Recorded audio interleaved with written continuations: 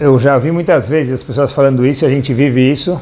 Eu nunca tinha vivido isso na Parashá, na Torá Kedoshá. Quando tem uma pessoa, ele compra um Fusca amarelo, eles falam que até lá ele nunca tinha visto um Fusca amarelo. Depois que ele compra o Fusca amarelo, o que acontece? Ele começa a achar na rua um monte de Fuscas amarelos. Os Fuscas já existiam ou não? Já existiam, mas a pessoa nunca tinha prestado atenção no Fusca amarelo. Depois que ele comprou o Fusca amarelo, então ele vê que tem muitos Fuscas amarelos na rua. Na Torá, exatamente a mesma coisa. Quando a gente está com algum pensamento na cabeça, começa a ler a Gemara, começa a ler a Torá Kedoshá, o Talmud, então aparecem muitas coisas naquela mesma linha de pensamento. É incrível isso. Vou dar um exemplo para vocês, e aqui a gente já começa a desenrolar o shiur. É o seguinte.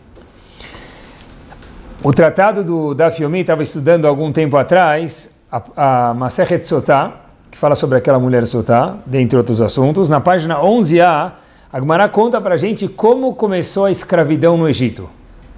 Como começou? De repente, os Yehudim estavam trabalhando no Egito. Eram como qualquer outra pessoa, era uma outra nação que morava dentro do Egito. De repente, o que acontece?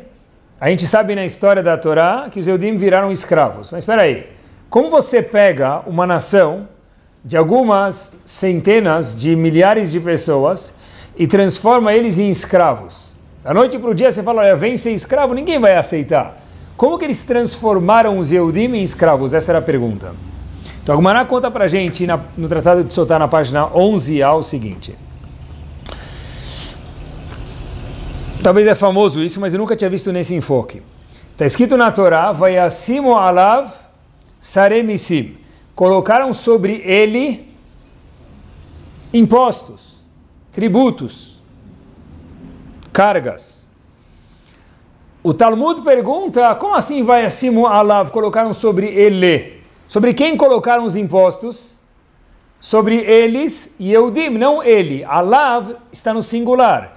Então, pergunta o Talmud, deveria estar escrito que vai acima, alehem misim, colocaram sobre eles, quem são eles? O povo judeu, impostos, não sobre ele. Quem é esse ele? Quer dizer, a Torá parece não estar precisa, aparentemente. Daqui diz o Talmud, não. Quando o passuco fala colocaram sobre ele, no começo da escravidão do povo judeu no Egito, quem é esse ele? Não são as pessoas, porque senão estaria no plural. Ele se refere a quem? Ao Paró. O que quer dizer colocaram sobre ele, como o Paró colocou sobre ele impostos? Colocou uma carga sobre ele? Daqui diz o Talmud, é o seguinte. Olha, poxa vida, as pessoas, o Faraó falava, vem trabalhar. As pessoas falavam, eu não vou ir trabalhar. O que você quer? Que eu acordo, eu pego a enxada, começo a cavar buracos? Que eu pego agora a minha mão, começo a fazer cimento? Poxa vida, eu sou mais delicado do que isso. Aí os egípcios falaram, sério? Tudo bem, você pode até ser delicado, mas você é mais delicado do que o próprio Faraó?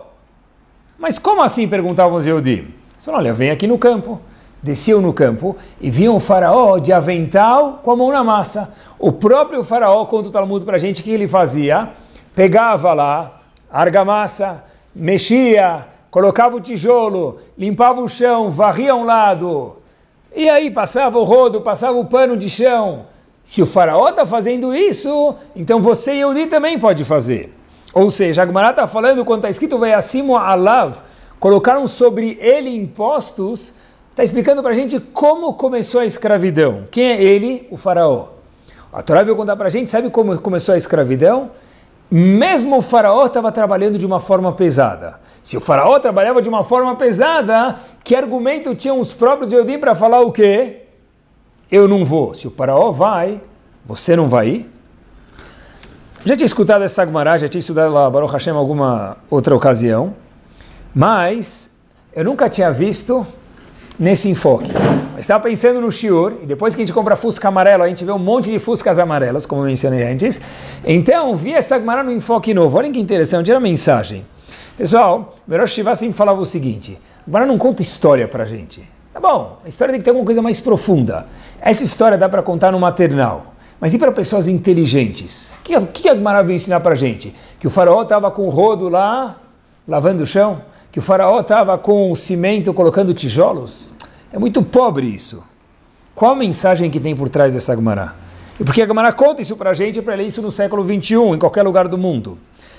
Deve ser, eu não vi isso escrito, mas eu acho, no enfoque do shur que eu estava pensando para hoje à noite, tem uma pérola escrita aqui para a gente. Qual a pérola? É o seguinte: como o Faraó pegou os Yehudim na mão?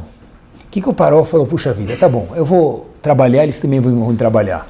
Mas tem que ter alguma coisa mais forte do que isso para você fazer de escravo milhares de centenas de pessoas. Como ele fez isso? O Faraó falou, eu também estou trabalhando. Qual a mensagem que tem aqui? É o seguinte: olha, relaxem, fiquem tranquilos que eu também estou trabalhando igual vocês estão trabalhando.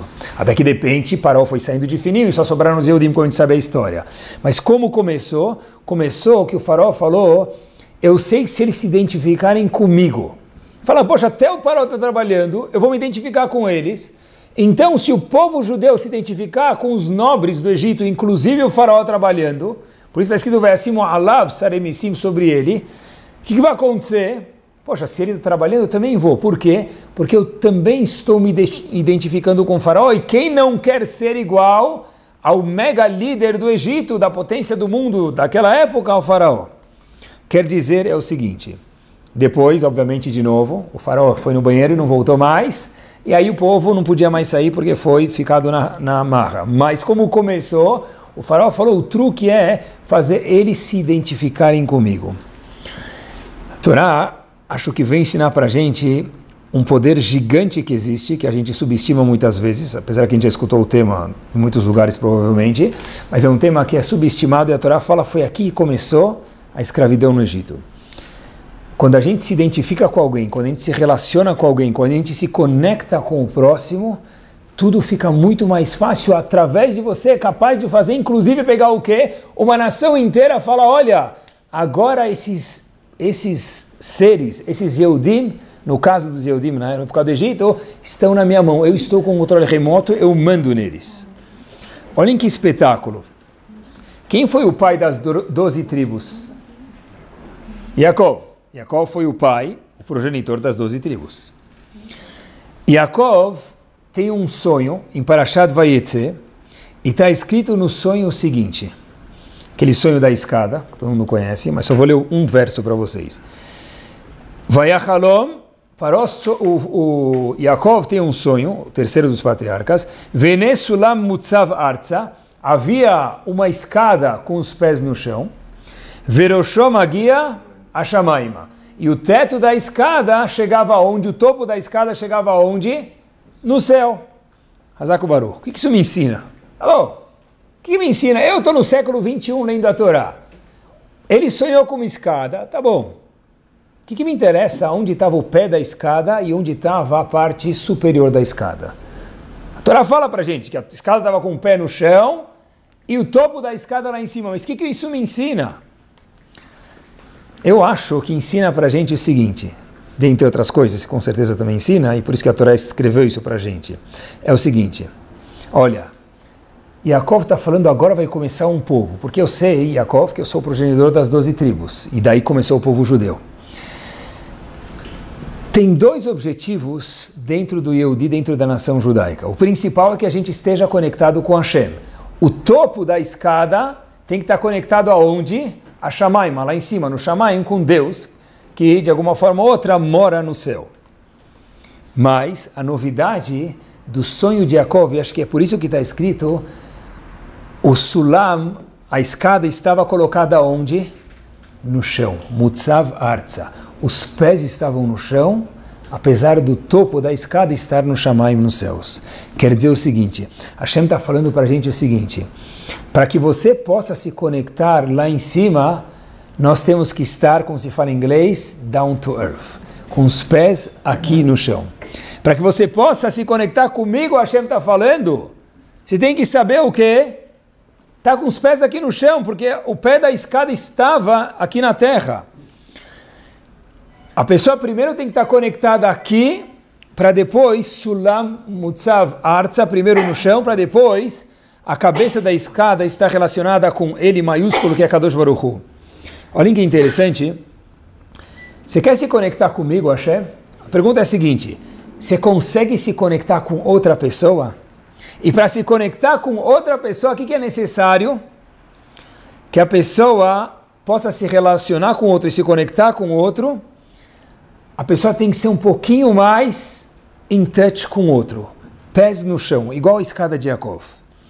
Uma pessoa que ela é, hoje em dia, as pessoas são muito práticas, né? Porque a gente tem muitas coisas para fazer e tem muito pouco tempo no dia. A gente pensou que a tecnologia ia deixar a gente com mais tempo. Mas o mundo provou que, por qualquer razão que seja do mundo, a pessoa tem muito mais obrigações e muito menos tempo livre, muito mais ocupações, com certeza mental e emocional. Então, olha que interessante. A pessoa fica muito mais prática, muito mais organizada. E a tendência de uma pessoa aqui que é, quando ela fica mais organizada, precisa ficar um pouquinho mais robótica e menos calorosa, mais fria, menos sentimental. Uma pessoa assim tem uma tendência e tem uma dificuldade de se relacionar com o próximo. Por quê? Porque eu preciso terminar esse relatório. Eu preciso apresentar esse trabalho para a faculdade.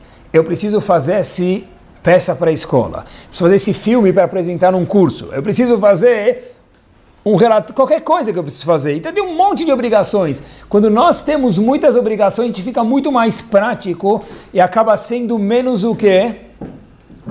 Humano.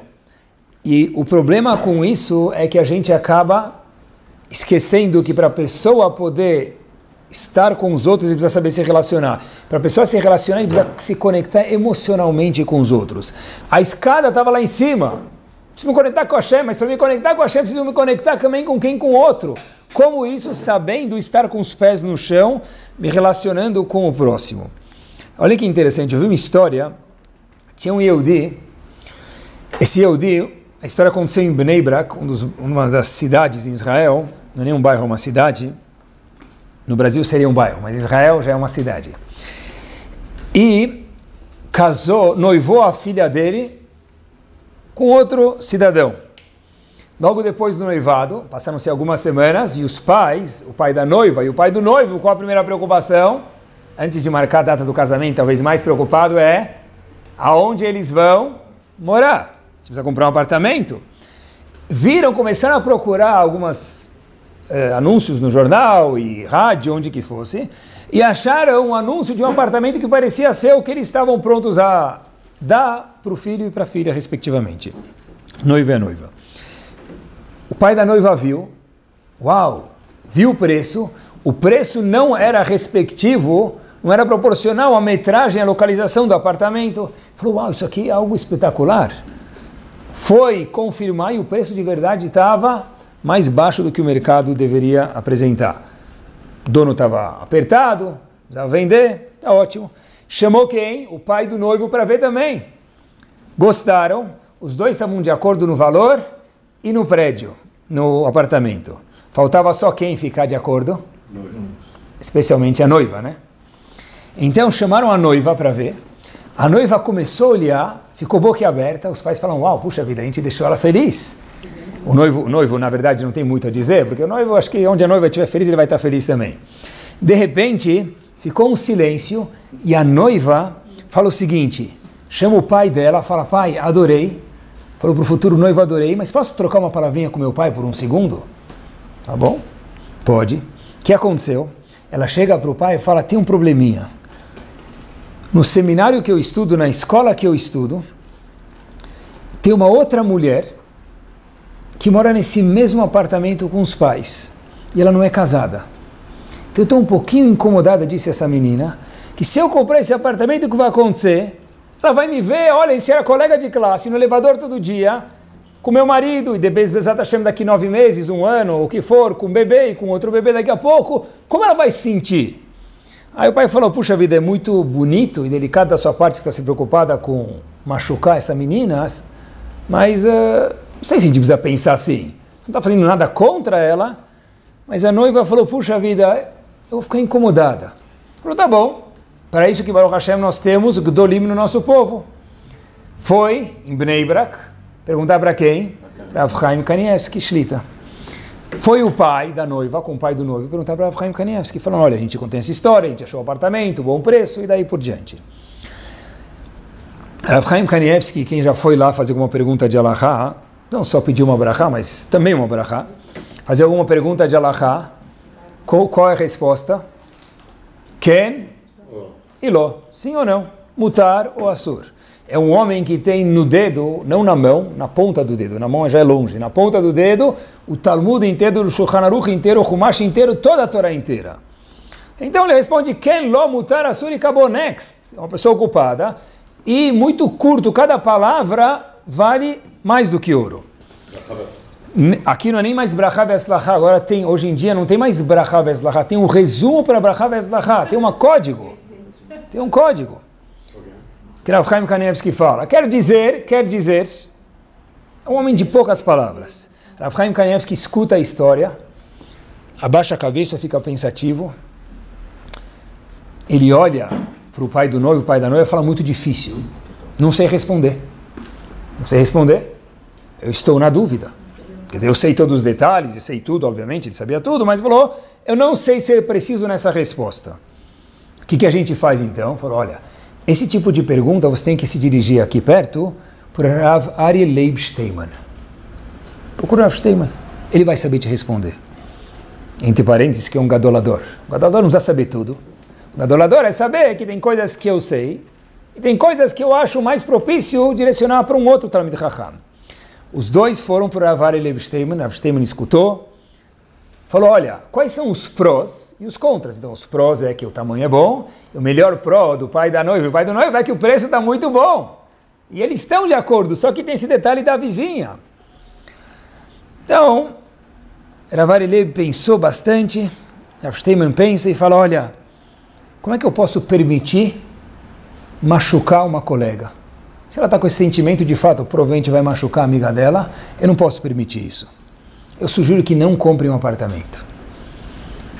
Mas, Rav, eles saíram para até a porta, depois os dois começaram a cochichar, voltaram de novo para Rav, falaram, Rav, está muito barato, é um preço que a gente não vai achar em outro lugar, como se fala em hebraico, é um métier, e a gente não dá para abrir mão, dá para o senhor repensar.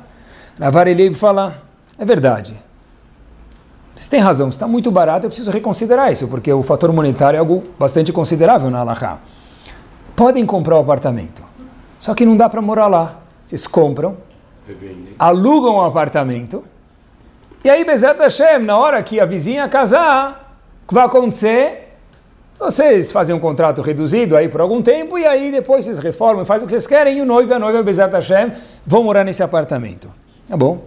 Compraram o apartamento, as pessoas casaram. Não foi história de Hollywood que depois de um dia ela ficou noiva, mas depois de algum tempo, sim, essa amiga ficou noiva também no mesmo prédio. E aí esse casal mudou para lá. Rav Steinman falou para o pai do noivo e o pai da noiva o seguinte, depois que eles já mudaram, etc e tal, falou a seguinte frase que a gente fala no Birkat Hamazon, um passuco, né? Nar haiti vegam zakanti. Olha, eu já fui jovem e agora eu, Rav Steinman, já tenho uma idade muito avançada, mesmo física, não só de sabedoria. E disse Rav Steinman, eu nunca vi uma pessoa que lhe abre mão para zelar pelos sentimentos do outro e sair perdendo. Vocês são mais uma prova de que ninguém perdeu. Alugaram, estão com o apartamento e agora vão morar lá.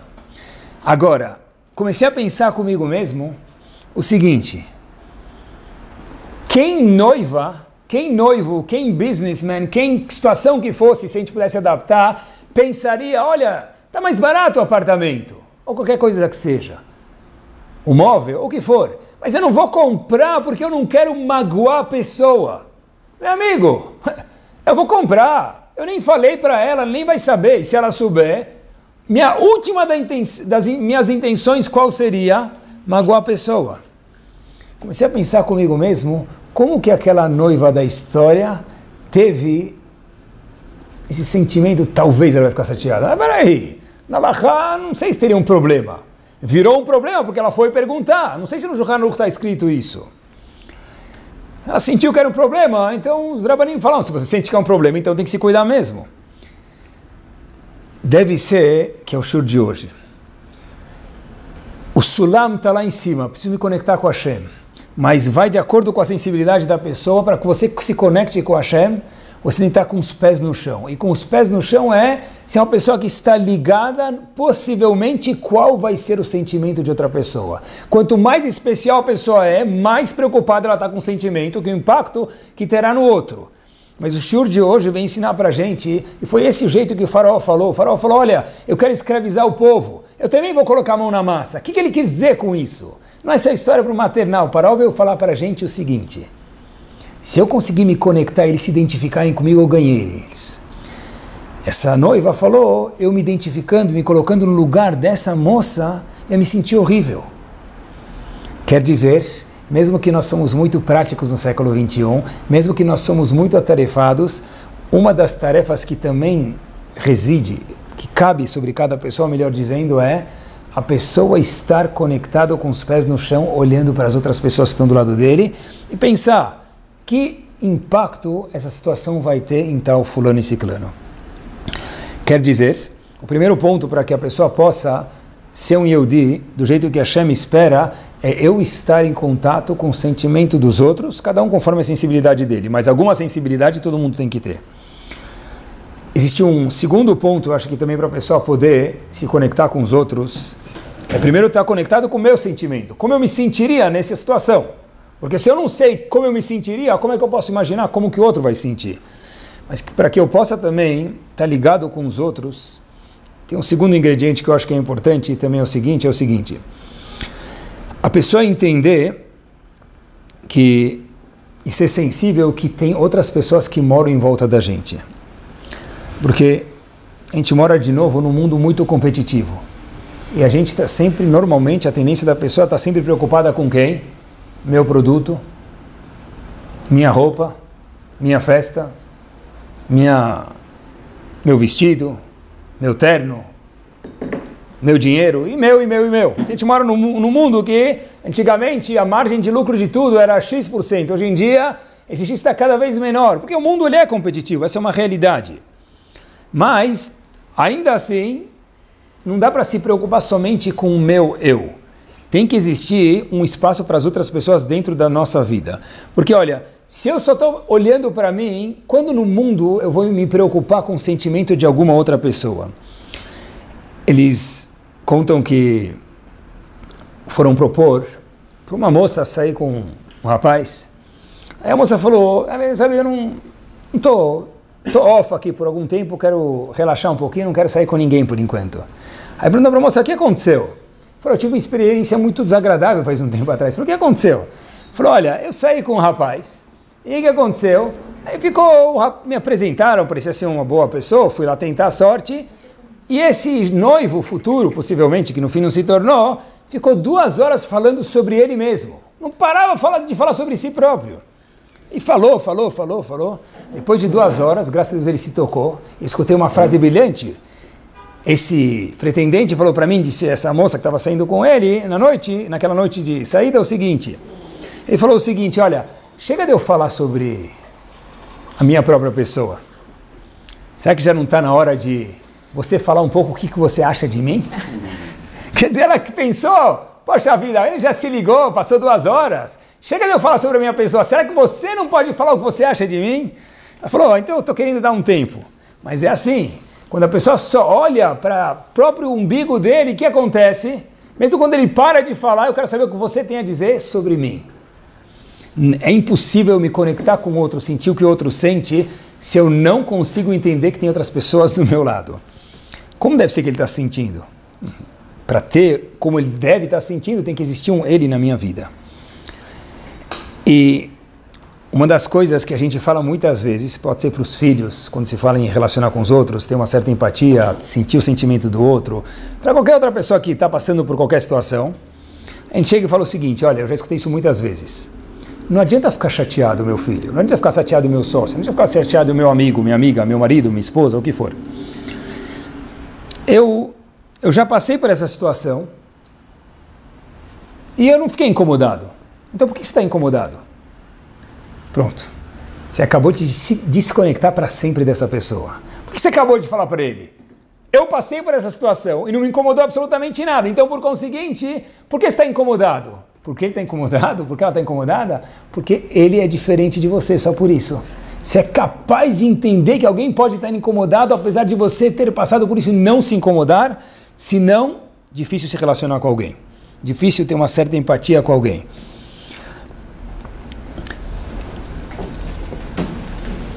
Para eu entender que mesmo que eu não fiquei chateado, ele ficou, eu tenho que deixar o meu eu de lado.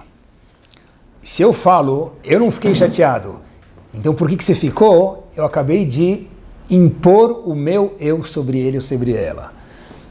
Faltou saber se relacionar. Ah, mas como que a gente... Tá bom. Na prática, como que eu posso me relacionar com alguém, me conectar, ficar um pouquinho mais próximo da pessoa? Então a gente falou, o primeiro passo é estar em touch com o seu sentimento, saber que a pessoa fica chateada às vezes, então levar isso em consideração. O segundo ponto é saber que tem pessoas do nosso lado também que pensam diferente da gente.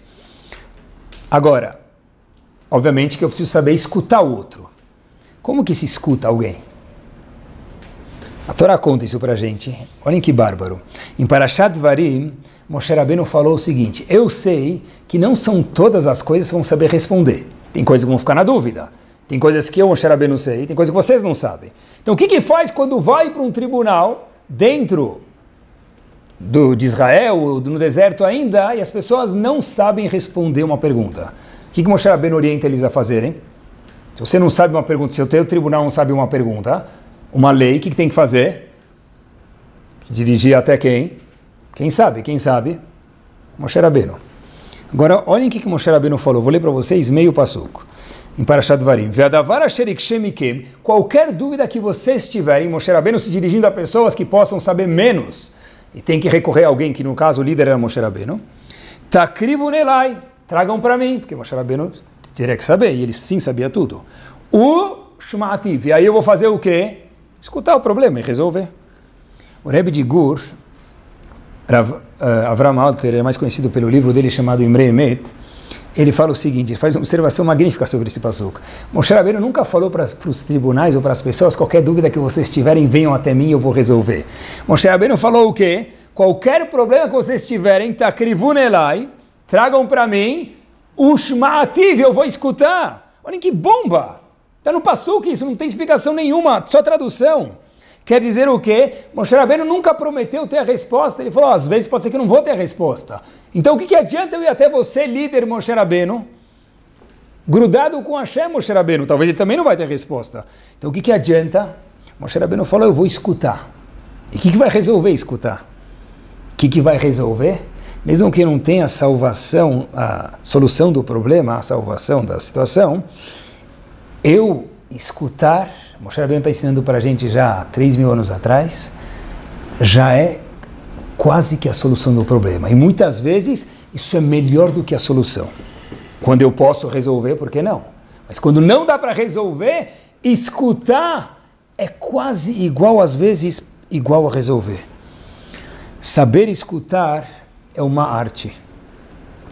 Muitas vezes, alguém vem conversar com a gente fica matutando na cabeça enquanto a pessoa está falando, eu não tenho o que resolver, não tenho o que responder para a pessoa.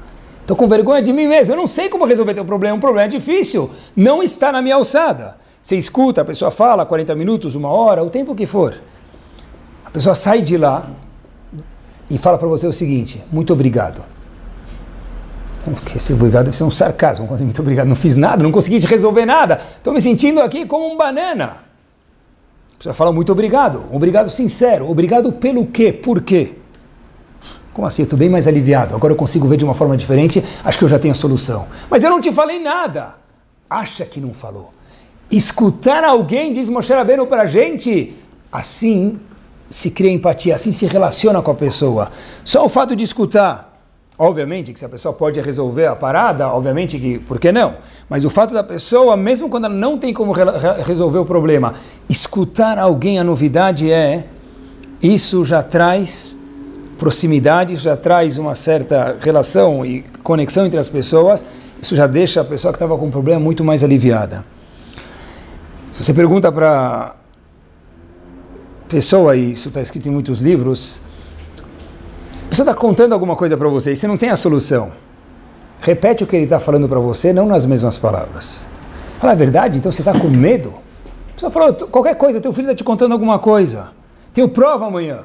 Você tem prova amanhã? Não, ele tem prova ontem. Óbvio que ele tem prova amanhã. Se ele falou que tem prova amanhã, quer dizer que ele tem prova amanhã. Mas o que ele está querendo te dizer? Estou com medo. Preciso tirar 7 e não quero ficar de recuperação. Então, em vez de falar se tem prova amanhã, o que você responde para o teu filho se você quer se conectar com ele? Você está com medo que você tem prova amanhã? Estou com medo, Abba. Estou com medo, Imá. Pronto. Ele está aqui nas tuas mãos. Acabou! Agora você pode conversar com ele. E mais 2 dessas ele se abriu para você. Você entra dentro do coração dele. Teu filho é teu. Está nas suas mãos. Você não sabe, tirei 6,5 na prova, precisava tirar 6, passei. Precisava tirar 8, tirei 8,3, tirei 8. Em vez de responder para ele, falar para ele, porque você não tirou 10, obviamente você é ignorante. Mas falar, você tirou 8, óbvio que ele tirou 8. Cara, você está feliz? Que legal! Pronto, quer dizer que meu pai, minha mãe, meu sócio, meu marido, minha esposa, meu sogro, minha sogra, meu genro, minha nora, whatever, entenderam o que eu quis transmitir, essa coisa mais gostosa do mundo. Ele me compreendeu, ela me compreendeu. E a coisa mais frustrante é falar, você tem prova amanhã? E daí? Eu também tive prova, eu fiz faculdade, eu me virei. Se vira, vai estudar. Essa é a coisa mais amarga que alguém pode falar para uma outra metade. Isso é desconectar da pessoa. A coisa mais gostosa é, uau, que alívio, ele me entendeu, que alívio. Consegui passar meu feeling para ele. Shlomo HaMelech falou, Shlomo HaMelech é o maior dos sábios. Dagá belevish, se você está com algum problema, o que você tem que fazer? Diz o Talmud, explicando o passuco de Shlomo HaMelech, em Masechet Sotah também, Yassichena leacherim, conta para alguém. Só contar para alguém, diz o Talmud, explicou o maior dos homens, Shlomo HaMelech, que nunca houve, sabe, e nunca haverá como ele, só contar para alguém, se essa pessoa te entender, da Gabelevish, está com preocupação, alguma coisa incômoda, e a Sirena conta para alguém. Isso revive a pessoa. Considerem essa observação. Qual é o local que a criança passa mais tempo, até os 17, 18, 25 anos da vida dele? Qual o local que a pessoa passa mais tempo? Tempo útil, não dormindo, tempo hábil. Na escola. Qual o local que a criança menos gosta de estar? Aonde é? Na escola. Na escola. Curioso, né? Ah, quer dizer que é culpa da escola? Não é culpa de ninguém. Aí quem somos nós para achar culpa? Mas é um fato curioso. O local que a criança passa mais tempo, adolescente, daí por diante, é na escola. Férias, graças a Deus. Né? O local que a pessoa menos gosta de estar é na escola. Conclui-se que é difícil ser criança, é difícil ser estudante, parabéns, mas conclui-se que sortudo é a criança que os pais entendem ele. Porque se a criança fala para o filho, para o pai ou para a mãe, poxa pai, eu não quero ir na escola. Eu diria que essa é uma criança saudável. Parabéns, você acaba, isso tirou ele de bebê para uma criança saudável. Isso mostra que você é uma pessoa, Baruch Hashem, saudável. A pessoa fala, eu adoro ir para a escola, deve ser uma grande exceção. As pessoas normalmente têm uma certa resistência, por qualquer razão que seja, de ir na escola. Tá bom. Sério? O que você quer que eu te faça? Todos os seus amigos vão, é assim que funciona, o mundo vai para a escola. Não agiu com inteligência. O que deve se falar? O que Paró falou para a gente? Eu também estou trabalhando com o Rodo. Quer dizer que o Abba também foi para a escola, vai também. Não. Puxa vida, às vezes tem dias que é chato para a escola. Repete, entende o que ele te falou, ele sabe que ele vai para a escola a vida inteira dele. Faz o trabalho dele um pouco mais gostoso, seja compreensível. Escuta e saiba entender e repetir os sentimentos da criança de outro jeito. Outro dia, um pai, no caso era eu, tá? Eu levei meus filhos, tinha que levar eles no dentista, e o único horário do dentista que tinha, no ortodontista, era durante as aulas. Então eu passei a buscar minhas filhas para levar no ortodontista, meia hora e voltar. Levei, na volta, eu comprei um docinho para deixar para eles, falei, tem aqui um coração, já que a gente saiu da escola, pra vocês comerem. Ah, que legal, Abba. Na volta, estava deixando eles minhas filhas na escola e perguntei para elas, qual a parte mais legal? Vocês saíram passear com o Abba no meio do dia, tal, deve ser legal, foi no dentista, voltou, um coraçãozinho, tal, legal. Qual foi a parte mais legal que vocês gostaram desse passeio aqui, que talvez durou 1 hora? O que elas me responderam? O fato é que a gente não precisou ficar na escola, a gente pôde dar uma volta no meio do dia de aula. Eu pensei comigo mesmo naquele mesmo segundo, uau, imagina se algum aluno, eu estou dando aula na classe, em qualquer lugar que eu dou aula, Baruch Hashem, e alguém falou, graças a Deus estou saindo da classe, liberado, bingo. Eu me senti um lixo, falei para mim mesmo.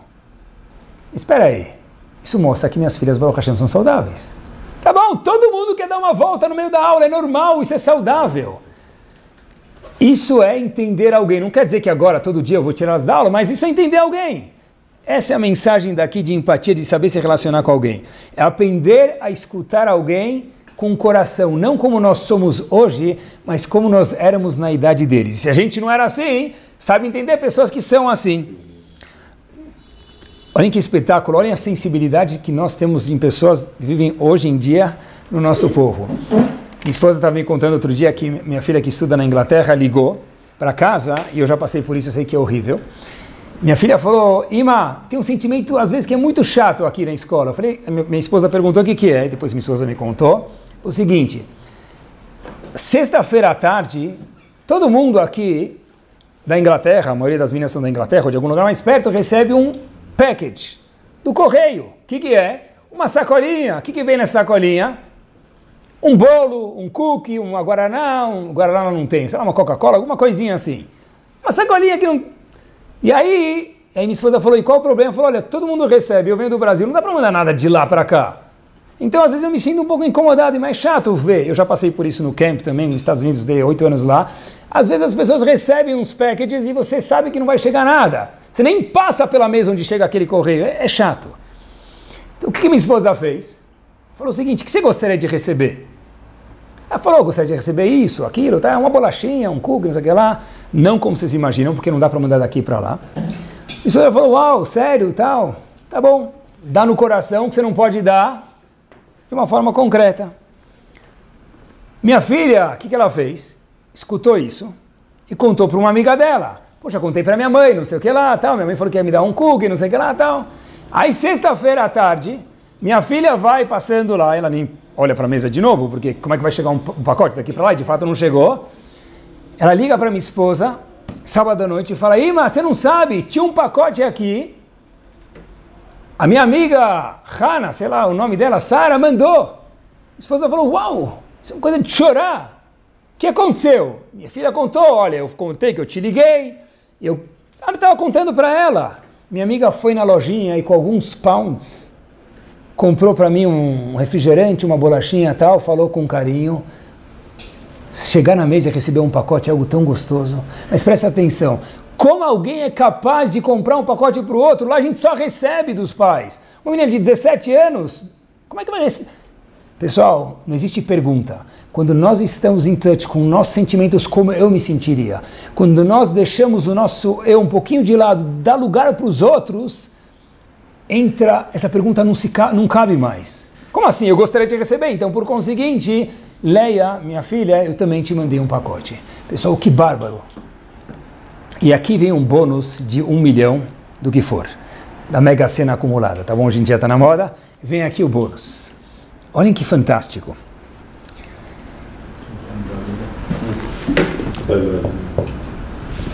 E aí? E se eu tiver empatia com o outro? Tá bom, eu vou ser uma pessoa melhor, eu vou estar mais próximo de Hashem, o Sulam está aqui embaixo, está conectado lá em cima, mas para me conectar com Hashem, eu preciso me conectar com os outros. E para isso eu preciso me relacionar e ter empatia. Tá bom? Legal. Tem algum bônus a mais para quem tem empatia? Pessoal, olhem que espetacular. Rabbanit Kanievsky, Zichron Libraha, falava algumas vezes isso, algumas vezes ela falou isso durante a vida dela. Olhem que espetáculo. A Kadosh Baruch Hu decretou um fato para todos os seres humanos do mundo, todos os Yehudim, é o que a gente está falando aqui agora, um certo agbat nefesh, inconveniente, desconforto que a pessoa precisa passar na vida dele. Todo mundo tem, na novidade, situações desconfortáveis. Todo mundo tem. Isso é chamado em hebraico agmat nefesh, incômodos, desconfortos. Todo mundo tem uma porção. Olhem que bomba, disse ela. Cada vez que a pessoa tem empatia e sente pelo outro, ela também teve um agmat nefesh. Eu estou triste porque fulano, beltrano, ciclana estão passando por tal ou passaram por tal situação. O que Hashem faz? desconta do Agmat Nefesh que a pessoa precisava ter. Porque agora, fulano precisava ter 10 unidades de desconforto nesse ano, por exemplo. O fato que ele escutou sobre alguém sentiu desconfortável, 1 ou 2 unidades, então Hashem fala, Habib, agora você só merece mais 8, porque 2 você já sentiu por fulano, beltrano ou ciclana. Olhem que espetáculo! O bônus de alguém que tem empatia pelos outros é que o quê? Que a Kadosh Baruch Hu acredita para ele e fala, você já passou por esse desconforto, referente ao outro. Então você agora não merece mais ter como você próprio pessoa. Isso é um espetáculo, olha o bônus que tem espiritual, que tem uma pessoa que ele tem empatia com os outros. E o tema de hoje responde para a gente, aqui nos últimos minutos, algo fortíssimo. Quem é mais louvado? Quem é mais elevado? Uma pessoa que é Baal Tshuva, uma pessoa que fez Tshuva, mudou o caminho dele, ou uma pessoa que ele sempre foi religioso? Quem é mais louvado? Quem é mais elevado? Quem é mais diamante nos olhos de Hashem? Baal Tshuva. Todo mundo conhece a resposta. Para que vocês saibam, Torá também é cultura. A Gemara fala o seguinte, é machlok, tem uma discussão. Está escrito no Pasuk, Shalom, Hashem falou oi, Larachok velakarov. Hashem falou oi primeiro para quem está longe, Rachok, e depois somente para quem está perto. Então no Talmud tem 2 opiniões. A primeira opinião, quem é esse indivíduo que está longe? Você pode estudar de 2 formas. A pessoa que está longe é aquele indivíduo que está longe porque ele está longe das averot, ele nunca fez averá. Hashem falou primeiro oi para quem? Para quem está longe. A primeira opinião diz do Talmud que uma pessoa que sempre foi religiosa, ela é mais louvada, porque primeiro Hashem acenou, cumprimentou, falou oi, shalom para quem? Para quem está longe. A segunda opinião fala não. Sabe quem é mais louvado? É uma das opiniões, é quem faz tshuva. O que quer dizer? Porque Hashem falou oi para quem está longe. Longe do quê? Aquele que estava longe de Hashem agora está perto de Hashem. Então, de novo, tem 2 opiniões. Uma que fala que o Baal Tshuva ele é mais elevado, outra opinião fala que não, que quem sempre foi religioso, assim fala o Talmud em Brachot, ele é mais louvado. Agora, de acordo com a opinião que fala que o Baal Tshuva ele é mais louvado, ele é mais elevado, vamos chamar assim. Por quê? Porque o Pasuk fala Rachok. É uma pessoa distante. O que quer dizer isso? Uma pessoa que estava distante de Hashem e agora se aproximou. Era Rachok. Olha que espetacular. Uma vez o Rosh Hashivá fez a seguinte pergunta. Você está se referindo ao Baal Tshuva como quem? Rachok, distante. Isso é um louvor? Você está falando para o cara, meu amigo, você é mais louvado, porque Hashem falou primeiro no Pasuk oi para quem estava longe. Se você fala que se refere a uma pessoa que sempre foi religiosa, está longe do que? Do pecado, então isso é um louvor para ele. Agora, se refere ao Baal Tshuva, quer dizer que alguém que está longe do quê? De Hashem? Mas ele não está mais longe, agora ele está perto. Como você se refere ao Baal Tshuva como alguém Rachok, longe, distante de Hashem? Isso, na verdade, é um crime. Você está discriminando ele. Uma proibição é você ver alguém que fez Tshuva e falar, quem você acha que você... Até ontem você estava no McDonald's comendo cheeseburger? E como o Pasuk chama um Baal Tshuva de Rachok distante. Olhem que bomba, tem tudo a ver com o estilo de hoje, por isso estou falando para vocês, é o seguinte, imaginem só, eu sei que hoje está fora de moda, mas antigamente era moda uma pessoa fumar, ele era mais chique, é mais aristocracia. De repente a pessoa estava fumando, e ele para de fumar. Quando ele vê uma pessoa que fuma, o que acontece com ele? Qual a reação normal? Ele tem aversão àquela pessoa. Ou uma pessoa que, muito obeso, ele fez regime se controlou e agora ele pesa manequim. Ele vê uma pessoa obesa, o que ele faz? Que horrível! Né? Talvez ele não fala, mas ele tem esse sentimento, né? Tem aversão de novo. O Pasuk veio falar para a gente, meu amigo, como assim? Até ontem você comia não kasher. Até ontem você fumava. Até ontem você era obeso. Até ontem você falava palavrão. Você não consegue ver uma outra pessoa que nem você e ajudar ela em vez de ter aversão a ela? Olhem que bomba, o Pasuk está chamando um Baal Tshuva de Rachok de longe, não como um crime, muito pelo contrário, o maior louvor de um Baal Tshuva é o quê? Que ele ainda tem um Rachok dentro dele. Porque uma pessoa que fez Tshuva, e ele fala, eu não entendo como alguém é capaz de não cumprir Shabbat. Essa pessoa é um tolo. Eu agora não vou mais profanar o Shabbat, porque eu vi quanto que é grave, vi quanto que é gostoso cumprir Shabbat. Mas eu ainda entendo pessoas que não cumprem Shabbat, porque até o ano passado eu fazia isso. e agora eu consigo me relacionar com ele. Essa é a melhor pessoa para poder se ligar e aproximar alguém que está longe. Maior, me permitam, tonto é a pessoa que fala, como você é ridículo, você faz aquilo no Shabbat. Ele nunca vai te escutar, porque eu não consigo me relacionar com ele, não se relaciona comigo. Quer dizer, a palavra rachok, distante, quer dizer o quê? O maior louvor, eu, Baal Teshuvah, tenho, diz o Talmud, é que eu ainda tenho aquele distante aqui na minha gavetinha. Eu me aproximei de Hashem, mas pessoas que não são como eu entendo que elas conseguem, são assim, porque eu também era assim. E se a gente olhar, infelizmente, talvez, eu não vou falar a maioria, mas em muitos casos de Baal Teshuvah, a pessoa já se distancia. Óbvio, porque ele não quer chegar ao pecado, a razão é nobre, mas está errado. Eu não vou mais fazer isso. Mas sério que você fazia tal coisa? Sabe? Eu também fazia isso. Eu entendo que era muito gostoso. Sério? Você me entende? Empatia, ganhou a pessoa. Agora ele é teu, você faz o que você quiser com ele e com carinho também. Esse é o segredo de uma pessoa que faz kiruv, esse segredo de qualquer pessoa que quer conseguir aproximar outra pessoa e quem não quer. Eu entendo que você deve estar passando por tal coisa. Como você sabe? Eu também passei por isso. Eu imagino que você está passando por isso. É uma tendência, eu mudei, mas eu entendo você.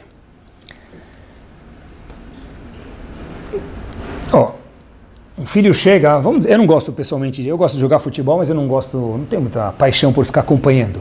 Uma criança chega e fala para o pai, Rabá, tal time perdeu. Pai muito sábio, na cabeça dele, o que diz? Você é bobo, cara. Você fica perdendo tempo com um jogador de futebol. Ele não está nem aí com você. O que aconteceu? Qual a distância agora, depois desse comentário entre pai e filho? 1 quilômetro a mais de distância. Se eu tenho empatia com o outro, eu me aproximo. Se eu não tenho empatia, o que acontece é que me distancia. Como eu sei como eu agi, depende se você ficou mais próximo ou mais longe. Poxa vida, caí no grupo errado lá da classe e vou ter que peguei um trabalho muito difícil para fazer. Tá bom, filho, e daí? Teu dia tem 24 horas, vai jogar meia hora a menos de joguinho eletrônico, qual o problema? Como assim, qual o problema? Você não consegue lembrar que quando você tinha a idade dele, você não aguentava mais ficar na escola também, você queria pegar um grupo fácil e também resolver de uma forma gostosa em vez de pegar uma forma difícil? Isso é ter empatia, lembrar o que aconteceu conosco e usar o nosso rachok para também vivenciar, não porque eu envelheci, eu amadureci, que meus filhos não têm direito de serem crianças, outras pessoas religiosamente também não têm direito de estar onde eles estão. Olhem até onde vai isso. Não tem uma regra, mas esse caso já pode se perguntar. Qual uma das averot mais graves que a gente sabe qual que é? Todas as averot são graves, mas uma das graves, peso pesada, qual que é? Falar Lashon Hara, ou escutar Lashon Hara. É proibido falar Lashon Hara, mesmo marido e mulher. Eu não posso chegar na minha casa agora e começar a contar coisas erradas que eu vi, mas eu preciso contar, o problema é meu. Então eu vou achar agora alguém que me escute, mas eu não posso, não existe a permissão de um marido contar Lashon Hara para a mulher e nem a mulher contar Lashon Hara para o marido, porque continua sendo Lashon Hara com qualquer outra coisa. Porém, escreve o Havetz Chaim, Efshar, talvez, no livro dele de lei de Lashon Hara, talvez, de novo, cada caso tem que ser questionado, mas eu queria mostrar para vocês que existe uma brecha aqui para ser perguntada. Talvez seja permitido escutar, diz o Havetz Chaim, mesmo que o marido não pode sair falando Lashon Hara para a esposa e vice-versa, vamos dizer, diz o Havetz Chaim, que chega uma pessoa espumando para você. Tá bravo? O marido chega bravo em casa, a esposa chega brava em casa. E aí, posso escutar o que ela tem a dizer? Se ela vem me contar que a vizinha gastou mais, não, uma bobeira, eu não posso escutar, desculpa, muda de assunto. Seja esperto, leva ela no shopping fazer compras, tá bom? Mas, agora, se a pessoa está brava, aconteceu alguma coisa triste com ele, e você sabe que ele vai falar mal de alguém, pode escutar ou não? Diz o Havetz Chaim, Efshar, talvez, e tem que se perguntar sobre cada caso, mas aqui já tem uma brecha.